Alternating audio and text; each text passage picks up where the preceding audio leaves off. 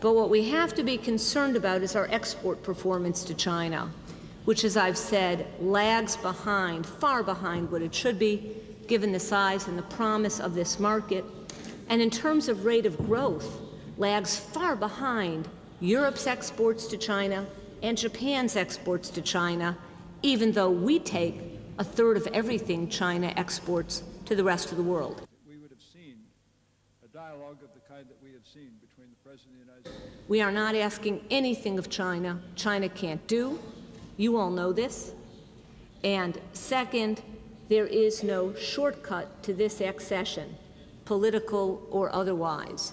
The commitments, that is, at the end of the day, effective market access for U.S. goods, services, agriculture, investment must be there, or this accession cannot happen. And I'd like especially to thank the Chamber for all the work that you've done to help in support of this mission. Your support for this greater openness is not a barrier to the essential economic and social safety net reforms which are underway. It is essential for its success.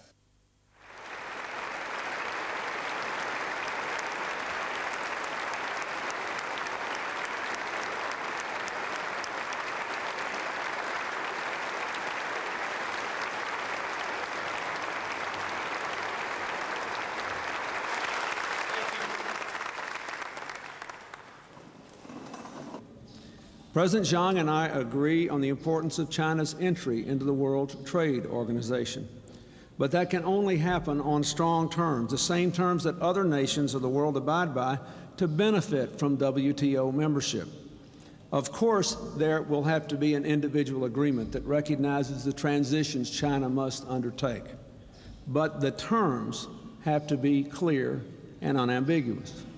I'm disappointed that we didn't make more progress on this issue, but we'll keep working at it until we reach a commercially viable agreement. Of course, we have work. There are some people who actually question whether I ought to come on this trip, and who had, I thought, prescriptive advice which would have completely undermined the effectiveness of the trip. It is important for Americans to remember, as we go around the world telling people that no one has a monopoly on the truth, that we don't either. And that we have to